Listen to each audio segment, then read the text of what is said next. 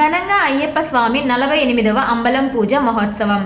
పొదలకూరు శ్రీ విఘ్నేశ్వర మరియు కామాక్షి తాయి సమేత రామలింగేశ్వర స్వామి దేవస్థానంలో వెలిసినటువంటి శ్రీ హరహర పుత్రుడు అయ్యప్ప స్వామి 48వ అంబలం పూజ అంగరంగ వైభవంగా నిర్వహించారు.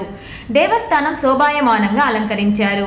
ఈ కార్యక్రమంలో పొదలకూరు మండలం అదేవిధంగా చుట్టుపక్కల నుండి అయ్యప్ప స్వాములు, శివస్వాములు, గోవింద స్వాములు అధిక సంఖ్యలో పాల్గొన్నారు. అనంతరం అయ్యప్ప భక్తి పాటలు ఆలపించారు. స్వాములకు, భక్తులకు భిక్షా కార్యక్రమం ఏర్పాటు చేశారు. అయ్యప్ప భక్త బృందం ఆధ్వర్యంలో నిర్వహించారు.